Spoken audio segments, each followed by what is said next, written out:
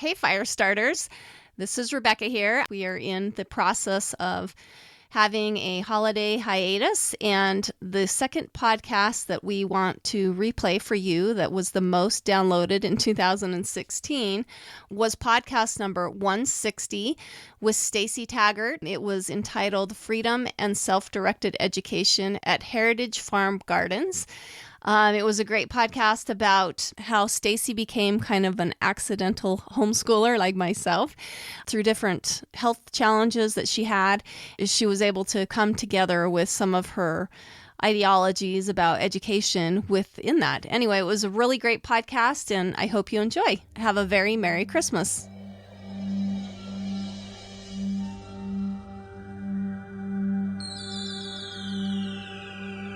Benjamin Franklin once said, "Do not curse the darkness, rather light a candle instead."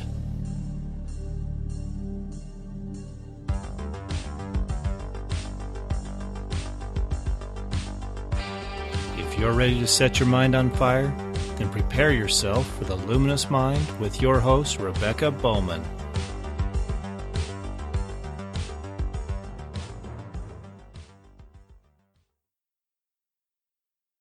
Today's fire starter is Stacey Taggart. Stacey is first and foremost a wife and mother of 3. Although being a mother has been more challenging than she ever imagined, she also finds it more rewarding, beautiful, and joy through it than she ever thought possible. She's grateful for the experience and opportunity to rise to the challenge and become a mother her children needed her to be, to teach them, guide them, and instill in them the confidence that they need to be successful, fulfilling their missions and purpose. She is passionate about freedom, and as she discovers that passion, she's been led to many seemingly unrelated areas of focus: homeschooling, specifically leadership education, a traditional real food diet, energy healing work, entrepreneurship, agriculture, abundance, and empowerment mindset. All of these have an underlying theme of personal accountability and freedom.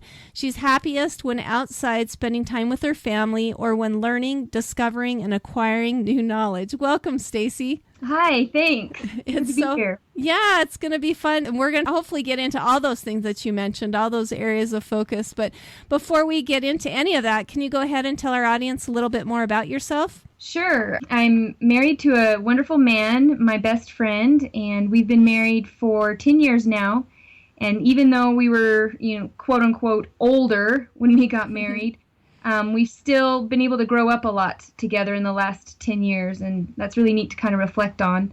We have 3 beautiful children, ages 4, 6, and 8, and we're having a lot of fun with them, of course. I really, really love my family. I love traveling and exploring and having adventures with them.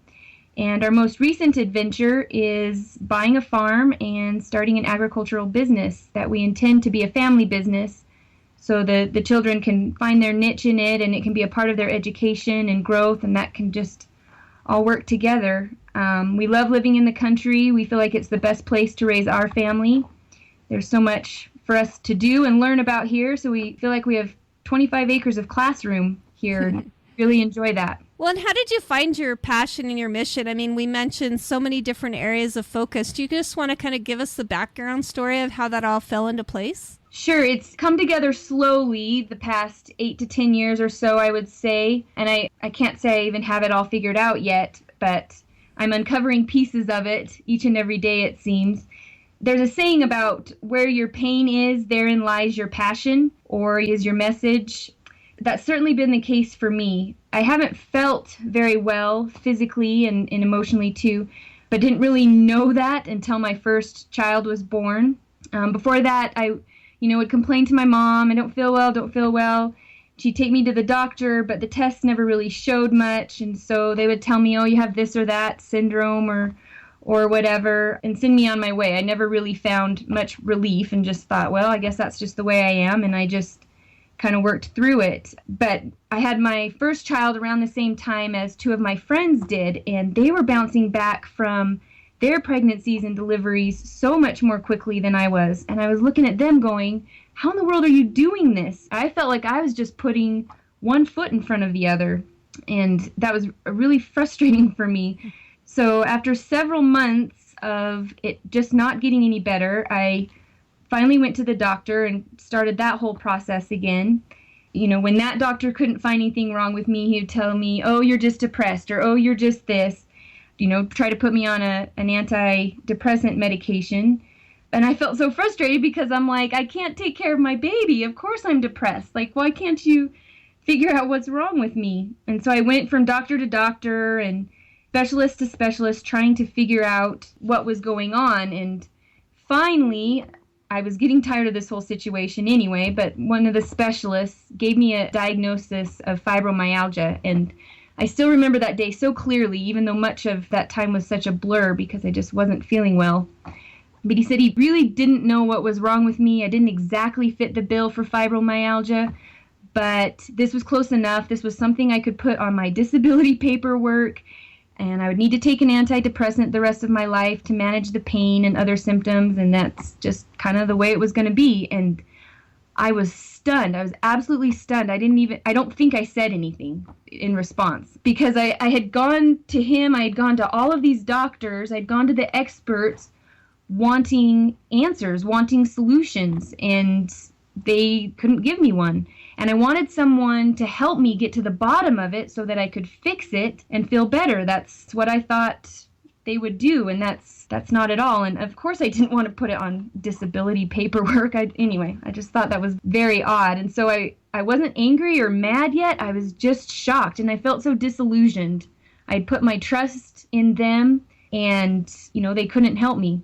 But, as I went home and was kind of pondering this and thinking about this, a new concept entered my mind that had never crossed my mind before, and that was that I could figure out what was wrong with me. I could fix it, and I could feel better. And I don't think I ever really thought that it would be like all me necessarily, but I knew that heaven would help me, that God would help me. Like a bout of inspiration, almost like yeah, I'll show you the answer. Exactly. Like, awesome. A light bulb turned on. Oh, I can pray. I can figure out what to do about this. And I think, honestly, that bout of inspiration came because of an experience I had also around that same time.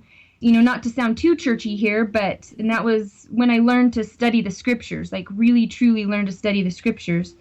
I was blessed to be raised in a spiritual and religious home, and I was taught to pray, read the scriptures, and do all those things, the Sunday school answers, but I never really developed a testimony of them, of the scripture specifically into my own heart. I did it because I knew I was supposed to, all of those things, but I didn't just do it. And other than a few rebellious years in there, I wanted to be obedient, so I did it, but my heart wasn't in it. But I was teaching a class at church, and the stars must have been aligned that day because I looked at my lesson a week in advance, and I'm so glad that happened because it has had an extreme effect on me.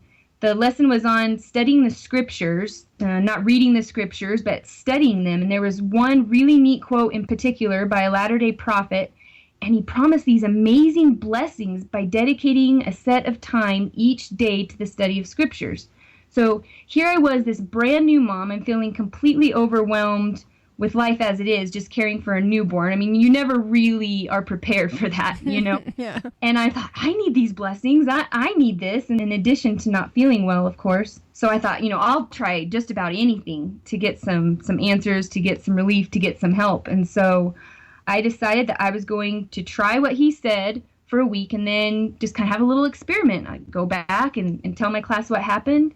And honestly, my life has changed from that. I decided that I would study the scriptures for about 20 minutes every day that week, which, he had said something about, read for 15 to 30 minutes. And I didn't want to do the bare minimum. I wanted to do slightly better. But at the same time, 20 minutes felt like an eternity to me because I was used to just, opening it up. Okay, I'm going to read this scripture. And if it was a short, or read this chapter, if it was a short chapter, great, life's good. If it was a long chapter, oh man, and so, but I was excited about this. I kind of felt good about this. So like the very first day I had my cell phone timer and I'm all ready to do this. And I hit start on my timer, and then I opened up my scriptures, and then I found out where I was and trying to eat as much time as possible, But But by the end of the week, I was opening everything up and being as ready as possible because I really wanted to make like every second of that 20 minutes count. And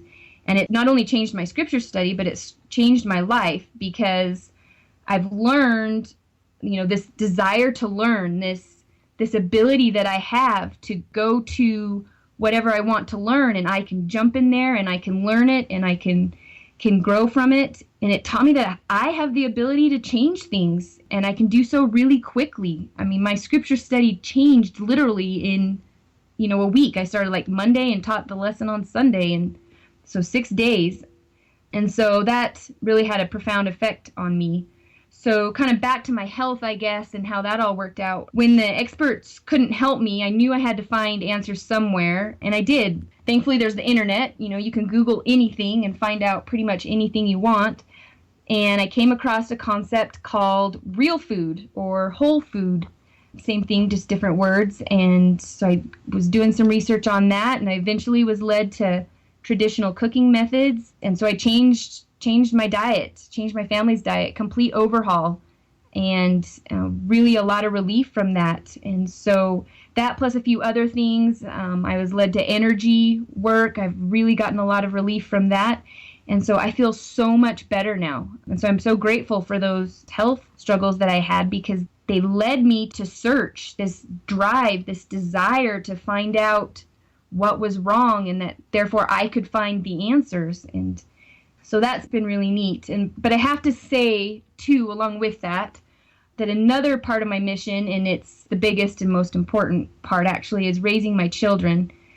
Honestly, I treated that at first the way I treated my scripture study. I just did what I needed to do to get it done. But now I don't see it that way at all. And as I've been blessed with these 3 tremendous spirits, I realize now that my main mission is to give them what they need to do what they came here to do. So I really need to be a very active participant in teaching and training my children, to give them the home and family life environment where they can learn and grow and thrive. I need to prepare them for the real world out there, which, isn't so great these days in many respects. There's a lot of wonderful things going on, but at the same time, there's a lot of really concerning things happening. And so I really feel like, other than education and empowerment and all of that freedom, my main mission is just to love them as much as I can and give them all that I can so that they're strong and capable and able to move forward through the darkness and perform their missions and light the world and change the world, really. I mean, it sounds kind of cliche or whatnot, but I really do feel like one individual does have the power to change the world. And when many individuals are on the same page, each fulfilling their own missions and own purposes, I mean, that can have just a tremendous effect. It really does. And let's talk about how you feel like that inspiration, I guess, what I'm getting from what you're saying, and then you tell me what your overall paradigm shift was, is that maybe when you put those core books of your scripture study and your inspiration from your religious beliefs first, it actually helped you, gain some inspiration to know where to move in the rest of your life. Is that kind of where your inspiration or your paradigm change came from? Absolutely. Absolutely. But, before I was just going through the motions, just really not being an active participant at all. And then that experience with the scriptures, I just really saw how I had always kind of sat back in my own education and in my own life, really, And so my paradigm shift, I was able to really take accountability for where I was at and what I was doing and make that conscious decision and have that conscious desire to change and to take control of it myself, to seek the inspiration that I needed to find, because I don't have all the answers, but I feel like as I've prayed for answers, I'm led to those answers. There's my shift. Yeah. In your bio, we talked about how you're passionate about freedom. That's a freedom to be able to actually take care of yourself, in all of those unrelated areas that we talked about before. But, that freedom comes from being able to have that inspiration to know what to do and to move in that direction, correct? Correct, yeah. To have the freedom of a clear mind and and be able to take care of and do everything that I need and want to do, and have the freedom to learn what I want to learn and to make the choices that I want to make for my family and for others. Just to be free of outside influences, tethers, those sorts of things that we end up being in bondage and we don't even realize it. But once we can kind of awaken to that fact and choose to empower ourselves and get out of that, then that's where true freedom is found, I believe. Yeah. Sometimes we're just walking around like we're asleep. Yeah, exactly. So we mentioned a whole bunch of different areas in your bio of homeschooling, leadership education, your diet and eating real food, all those things, entrepreneurship and agriculture. And how does that all relate to kind of a self-directed education that we talked about before? I think the common thread in all of that is just that it's us. I mean, there's a lot of people we look to as mentors and guides and such, but we want this for ourselves, and so we're choosing to do it ourselves. We made the very conscious decision for my husband to leave the workforce and start our own business, and the economy, wasn't great and hasn't been so great in our area since then. So we left the security of those every other week paychecks because we felt the drive and the desire to take care of ourselves and to create something and to serve others with that. And it's been a bumpy road at times, honestly, and it will continue to be somewhat, but it feels really good to have that self-reliance where you step out of the norm and do something different that I believe personally is more fulfilling and more rewarding, greater challenge, but greater opportunity. Yeah. I recently read an article that talked about how homeschooling really is a step into entrepreneurship. You gain the understanding of, like you said, you have some independence. You are allowed to move with your passion versus, whatever you're told to study. And I think maybe that's where you came from, of being half asleep, walking through life, is that's exactly. When we're just told what to do all the time, we're content with that until we get to a point where we realize that you have control and how much more exciting that is, to have that control. There's no one to blame but yourself. So if your results aren't what you want them to be, then you look inside yourself and figure out why they're not, but if you're just letting someone else drive your life, then you're just constantly in victim mode and, there's nothing I can do about it, when there is in fact quite a lot you can do about it. And you can just have so much more say over your life and the things that you can impact and those sorts of things. Yeah, complaining doesn't help when you're the one that's pushing the whole idea behind it. So yeah, exactly. And you can get as mad at yourself as you want, and you do, because you realize, oh boy, that really wasn't the best way to handle such and such. But it's also a very, very unique and profound learning opportunity, because you say, okay, well, next time I'm going to deal with that this way, and this is, handling it this way would have been much better. And I guess that's kind of our educational philosophy with our kids, is just, letting them explore and learn those things in that way, so that they're kind of directing their own course and getting themselves where they want to be and where they feel they need to be, rather than kind of what we want them to do and act, sort of a thing.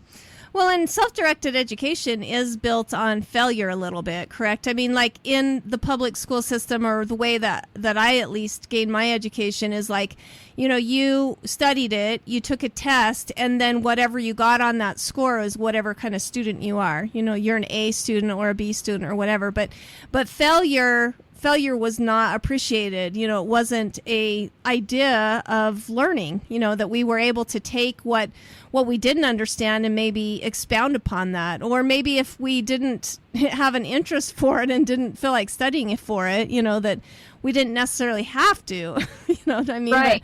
But like with self-directed education, and I'm sure with farming, with all of those different things that we talked about, entrepreneurship, failure is part of the learning process, correct? Right, absolutely. You never throw your kid out there and say, oh, fail. But while they're at home, that's the safest place to make mistakes. It's the safest place to, quote unquote, fail. I mean, I really think we look at failure incorrectly. And I do believe that most of that is because of the public school system, because there's a right and a wrong and all of that. And yes, there are a lot of absolutes in our society, and universal laws and God-given laws and all those things. Those are absolutes. But there's also a lot of other things where there's gray areas, and there's a lot of questions where there is no right or wrong. Like, it's based on experience, and it's based on thought, and it's based on different personalities, and that's one failing of our public school system, I think, is that they want everybody, or they need everybody, in order to be successful. They need everybody to fit this mold, and when they don't, then they're deemed a failure or unsuccessful or dumb or whatever the case may be, which is never true. They just don't do things according to the public school system way, the way that works well to educate a large amount of people. And honestly, I was that kid a little bit. I was really an outgoing, kind of precocious little kid, and I drove many of my teachers nuts, honestly. I mean, up until high school. And my first couple years of elementary school were kind of rough on me because I wasn't fitting the mold. I wasn't, I was rubbing up against a lot of things. And so, but slowly I kind of learned to morph and to change that so that it would be more socially acceptable, or whatever you want to say. But honestly, I feel like I kind of lost some of myself in doing so. I don't know, it sounds a little bit over dramatic, but No. My spirit kind of got broken just so that I could fit the mold and please my teachers, And I think that's just a big setback right now that a lot of kids are going through, is if they are a little bit different than that prescribed notion, then they're labeled with this, that, or the other, and it's very damaging to them. It has lasting effects into adulthood, I would say. Yeah, and sometimes far beyond that even. So Oh, yes. sometimes we find ourselves doing something and we don't really know why until we start questioning that, and it goes way back from when we were tiny, what we were taught. So Right. Kind of the blessing of my health struggles and everything is because, I was taught, well, this is the certain way to do things. This is what you do. But I wasn't getting any relief. I wasn't getting any help. And so all of a sudden, well, wait a minute, that's not working for me. So I'm going to have to do something different. And then something different has led me to everything, because all of a sudden I see there's this whole world out there that I didn't see before, because I was so coloring in the lines, so to speak, And then once you self-color outside the lines, then you realize there's so much more out there for you to experience. yeah. I'm just laughing because sometimes when I'm talking to people that are stuck in that certain mindset of everything traditional, of the way that it should be, underneath I'm thinking there's a whole nother society living outside of what you think. They think that everyone's living like this, but the rest of the world, it's like in this underground community of people that have greater thoughts that extend beyond what they're saying. You know what I mean? A little bit deeper knowledge type of thing. Before we go on, let's listen to this message. Recently, the Luminous Mind became an affiliate for EduSense, which offers tremendous discounts on educational supplies. I personally use EduSense to purchase our family supplies because of their great prices, responsive shipping times, and best of all, the chance to earn EduBucks, which I use towards future purchases. Who doesn't love a great deal within a deal? To get a 90% savings on your EduSense materials, go to theluminousmind.net and click on the sponsor page to find the affiliate link. Start using EduSense to illuminate your educational experience. 3, 2, 1, execute.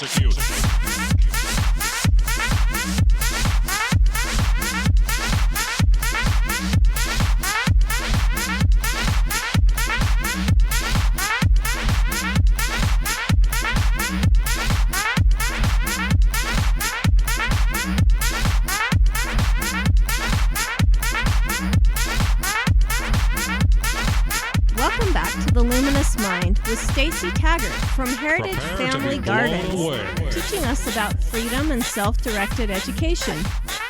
tell me how your heritage farm is going to be part of your educational style, and tell us a little bit about that.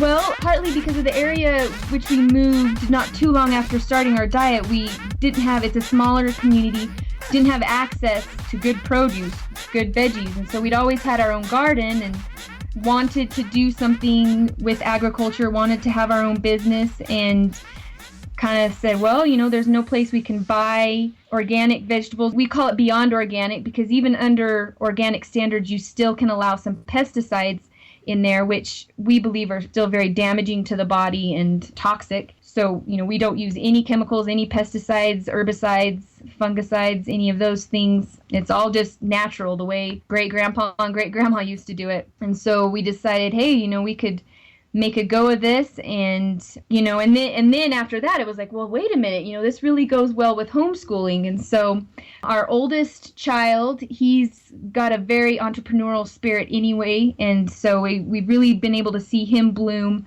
since doing this. This is only our second season, so we're just barely getting started, but he's got all these ideas, and what if we tried this, and what if we did that, and we're really excited as the kids get older to be able to look at those ideas and to work with the kids and say, well, okay, that if we did this idea, then it's going to cost this, or it's going to have this effect, and just really a hands-on learning, real-life experience for what the real world is about.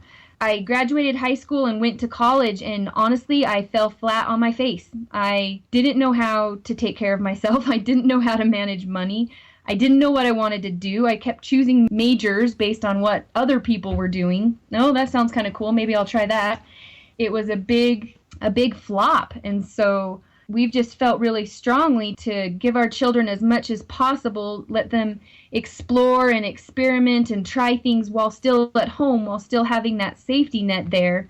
And my parents were wonderful. They helped bail me out several times. But while still at home, learning those crucial skills would just be really good for them, and not only their education, but their life. The confidence that comes from that, we feel is really important. Well, I want to hear about, with your fibromyalgia, did you ever find success in, the methods that you were using? I mean, with the garden and with all of that. Tell us some of the success that you've seen. Oh, I am like a complete night and day different person. I used to be so ill, I would have, 2 to 4 days a week where I just couldn't do anything. I was so tired, I hurt, everything ached. And so I would just have to lay down on the couch and not do much. But then, that doesn't feel good. You're a mother, you've got children to take care of, a house to clean, all of these things. And so, then, it is really depressing. It's extremely depressing, and you get really anxious when stuff's coming up because you barely have enough energy to take care of your daily load. And when holidays or company coming or anything, you want to be excited, you want to have fun with it, but it's just so draining physically and emotionally. And so it was terribly difficult. We had some rough years in there. My poor husband was doing his job and mine both. He'd come home and straighten up the house and sometimes cook dinner and try to help me boost my spirits because I felt so incapable, so unable to do anything. And so changing my diet was kind of the first thing. I felt so empowered, like I can do something. And I noticed an effect right away. So our diet looks really different today. We eat very little processed foods. We don't eat anything out of a can. We buy natural and local as much as possible. Just really feel like kind of the traditional food system, food supply has just really changed so much in recent years that it's so damaging to our health, both physically and emotionally.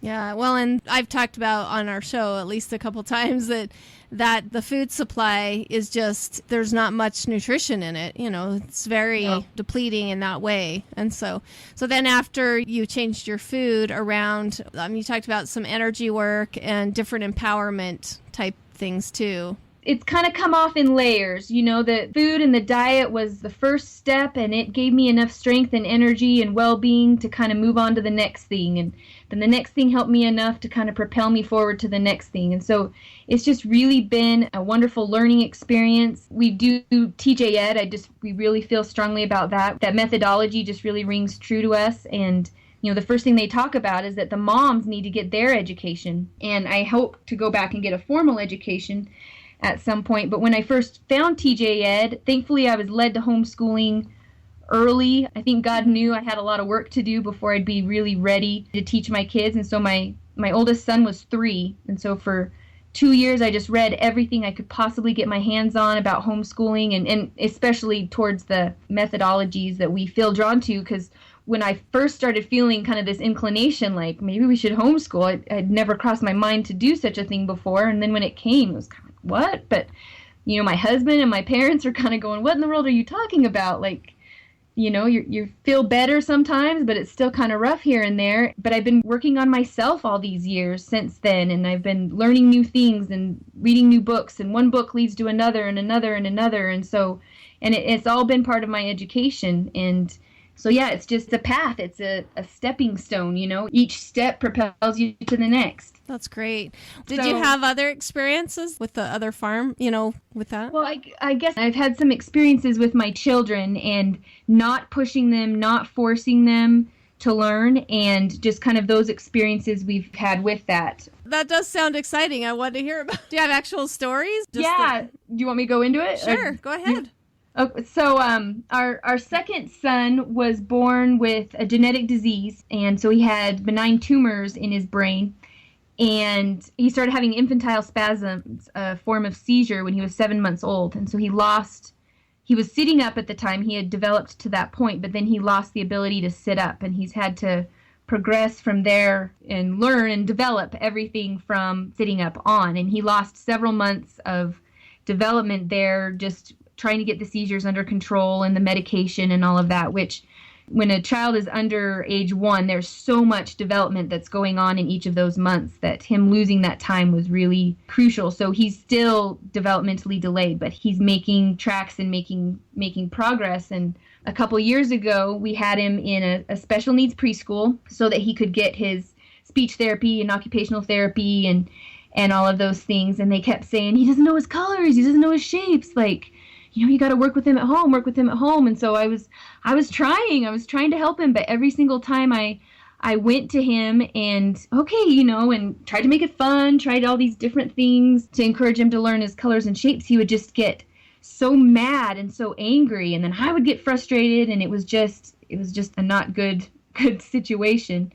But finally, after a lot of prayer and trying to figure out what's going on with him, I was trying to help him one day, and I just saw this look in his eye, and that look just, he felt dumb. He felt completely stupid that he didn't know his colors and his shapes, and that he couldn't understand it. So every time I'm trying to work with him, he just was not making those connections, and that made him feel dumb. And so I decided right then and there, like, okay, I'm done. If he's an adult and he doesn't know what his colors are, we'll figure something out. We'll figure out some way for him to survive adulthood. But I could not have my child just sitting there with that look on his face of, oh, I'm stupid, I don't get this. And that was just heart-wrenching to me. I was upset. I didn't know if that meant he could never learn. I didn't know if that part of his brain had been damaged somehow and he wouldn't be able to learn. This is a tender mercy to me. Personally, I think as a mom, he was really into Thomas the Tank Engine at the time, and he knew every single one of those engines. And I don't know if he knew the difference by their faces or if he knew the colors but couldn't recognize the colors by name. I don't know exactly how he knew the difference in all of those guys, but he did. And that told me he does have the ability to learn. We need to go slow and we need to go at his pace. And so we dropped it. He didn't end up returning to that preschool the next year, and I felt impressed to not send him, where previously I had felt impressed to send him. And I think that's kind of why they were getting more into the academics, and he was not ready yet. He just developmentally and emotionally and all of that, he was just not ready. And so, like I said, we just dropped it. Just kind of let him learn, kind of let him play. We would read together a lot. He would listen as I was kind of doing more things with his older brother, but that was it. But then it's been less than a year ago, 6 to 8 months, he started asking questions like, oh, well, what color is this and what color is that? And then it got into letters and numbers and, oh, what's this letter? What's that number? And we didn't really think too much of it. We're just answering his questions. And then all of a sudden we realized, like, this kid knows his entire alphabet. He knows all the numbers. He knows all the colors. He still kind of struggles with shapes, but he hasn't found out that they're important yet. Once he does, I feel like he'll go there and learn those. So then it was kind of funny because we'll be driving around town or doing this or that. And look, Mom, there's a T. Look, Mom, there's a 3. And just so excited. I mean, just exhilarated that he knew those letters. And he'd be, don't you just love T's, Mom? Don't you just love L's? And, kind of chuckle like, yeah, I do love them. And then I realized, like, he's asking me that because he loves them. I wasn't pushing those letters and those numbers down his throat. And he was able to, at his own pace, at his own timing, learn those things. And he does love those letters. And so now, we're driving around, get to a stop sign, S-T-O-P. Mom, what does that spell? And, he's just really, really progressed. And it's all his own timing. And the best part is that he hasn't felt dumb. He's starting to feel smart now, which is huge development for him because, kids know when they're behind other kids, they know. And so, but now that he's starting to gain those skills for himself and on his own, with our assistance, of course, but on his own, of his own volition, his confidence is increasing. And that's just been really inspiring to witness. Yeah. Well, and I don't know a lot about energy healing work, but I just know that when the feelings are positive and you can get that energy moving in a positive direction, then that's when the healing takes place. And I think that's a lot with our learning too, is that when we have some positive feelings around, learning new things, and like you said, being able to direct it myself and being able to not feel stupid just because, I'm not keeping up with this person, but I'm enthralled with something else. You know what I mean? I think that I absolutely agree with that. Yeah, that energy that is existing is so powerful in propelling that learning forward. So I appreciate you sharing that story. I think, that definitely has a lot to do with our education. And I think, just quickly, I think that's what happened to me. Is that, I was kind of forced into this box and this prescribed way to learn, and it took the joy right out of it. Suddenly reading wasn't fun because I had to, and wasn't necessarily interested in reading the books I was supposed to, and didn't have time because I'm supposed to be reading those books, didn't have time to read the books I wanted to. And so learning, is just a killjoy. There's nothing fun about it anymore.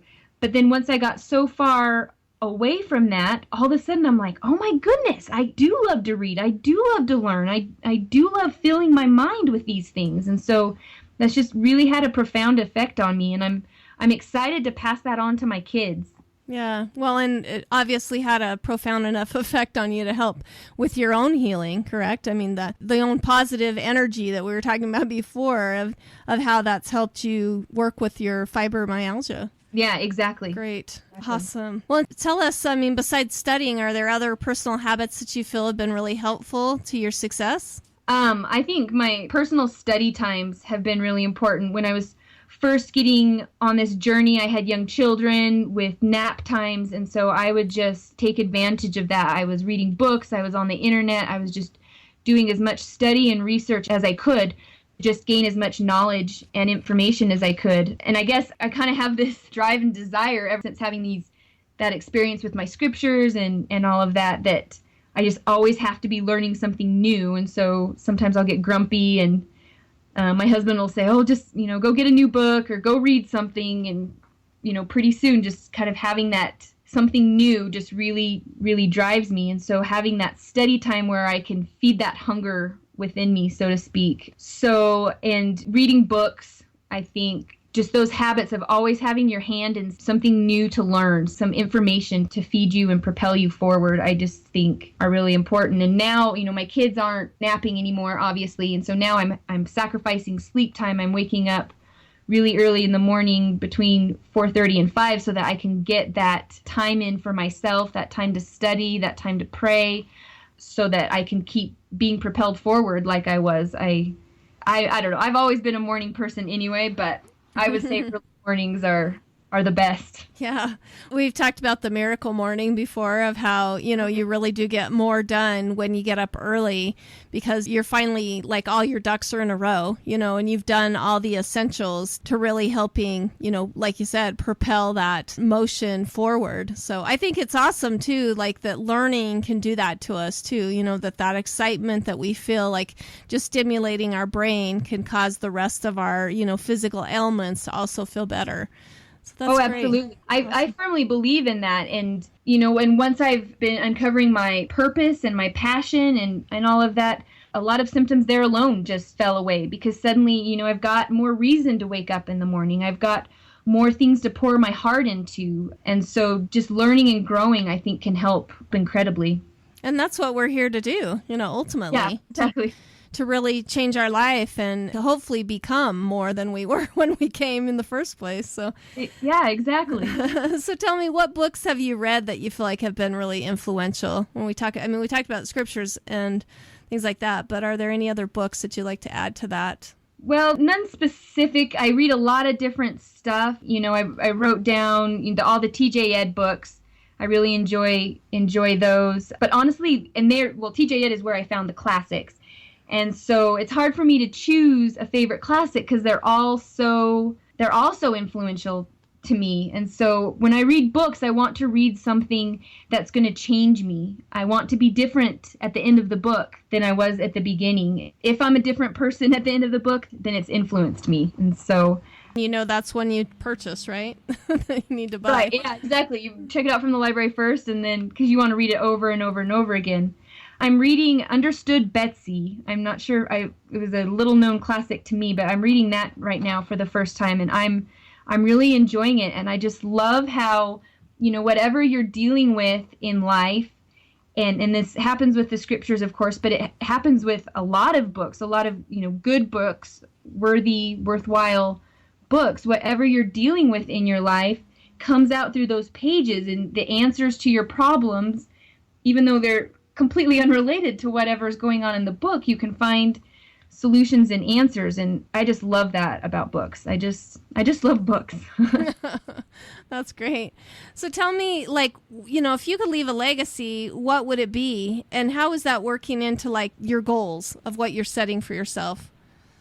Well, I love this question, honestly, because it's not something I'd put some thought into before, and so now I'm thinking about it, and that'll be really neat in the coming months as I kind of ponder that. But the first legacy I want to leave is with my family. I'm hoping that by breaking the mold and going against the grain, which isn't necessarily the most easy thing at times, but I'm hoping that it's all going to be worth it. I know that it will be in the end, but I am hoping that it will start a new tradition with my family of learning and education and how they apply themselves and how they work through challenges and difficulties. Because if that's the case, I firmly believe that everybody will thrive and be able to fulfill their missions, which nothing can bring more joy to a mother than seeing children and grandchildren who are just awesome, amazing people, helping other people, lifting other people, and just, being the good in the world. Literally, there's the ripple effect and those sorts of things. So I guess, I hope my legacy has sort of one of those ripple effects for betterment and goodness and spreading truth. That is awesome. Thank you. So before we say goodbye, do you have any final parting words of advice that you'd like to share with our audience? And then please give us your contact information, how we can get in touch with you. Well, I think, as far as homeschooling goes, it requires you to be a great parent. And I've really had to look at myself as a parent, and I've really had to change a lot of things that were falling way short. And I feel like, being a great parent comes from prayer. I feel like, none of these kids come down here with an owner's manual or an instruction manual. That's for sure. And that really frustrated me at first because I just tell me how to do it. And I realized that how I find those answers is by praying. And, Heavenly Father is very interested in these children. He's very interested in what they need. And so when we go to him in prayer, he can give us those answers. And my other piece of advice would just be to have curiosity, have insatiable curiosity. Just ask a lot of questions, both to God and to the library and wherever, Google. just ask a lot of questions. That's just really driven my life forward and propelled me. And I mean, we never thought we would have a garden business and sell vegetables and homeschool, but one thing has led to another, and it's definitely the right path for us. And it all started with some questions. It started with a problem that we didn't know how to solve. And so just ask questions. My advice.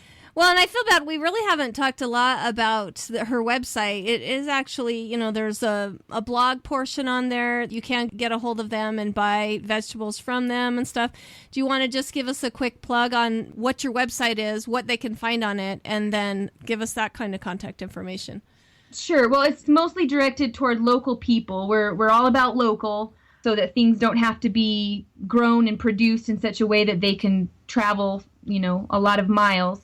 But if you're in the area, we love it. We have a CSA, which stands for Community Supported Agriculture, and you sign up at the beginning of the season and you get a basket of produce, and we've got a couple other farmers involved so that we can offer more farm products and natural products. So yeah, but there's also more about us and kind of our journey and why we're doing what we're doing on the website. So yeah, definitely check it out. Well, and if they're not in your area, there are a lot of local farmers doing this, correct? I mean, oh, absolutely. And I would absolutely recommend that there's CSAUtah.org is a way to find kind of the similar service in your area.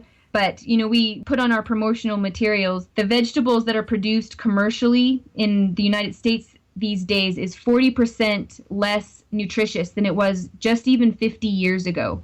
The soils are so depleted and the chemicals and all sorts of things. So even when you think you're eating healthily by getting a bunch of vegetables at the grocery store, there really isn't that much nutrition there. And so I would just recommend anybody go find a farmer and get as much as you can from him or her as possible for your own health and nutrition.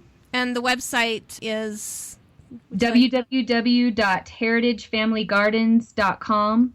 We're also on Facebook with that same name, Heritage Family Gardens. Or you can email me at Stacey, Stacey, at heritagefamilygardens.com. That's awesome. And I'm going to reiterate their website of heritagefamilygardens.com. However, we're going to be sure to link all that information that we discussed today on our website as well. But thank you so much, Stacey, for joining us and for helping us light our minds on fire. Thank you. Thanks for doing this. I really, really enjoy your podcast. Thank you for listening to The Luminous Mind. To learn more about Stacey Taggart, go to our show notes at theluminousmind.net. Be sure to become a subscriber to our free email list and get our new monthly newsletter. Then check out the Services tab to see how we can continue to assist you, our fire starters. Also, to help us continue production of illuminating content, go to the Sponsor tab at theluminousmind.net for more information on sponsorship and affiliate programs. Like us on Facebook, follow us on Twitter, Google+, Pinterest, and now Instagram. Get our free audio content by subscribing on YouTube, iTunes, and Stitcher. To help us grow, consider these easy ways. Tell your friends about us, leave us a review, share our content, tell us how we can help you so together we can continue to light minds on fire and change the paradigm of education.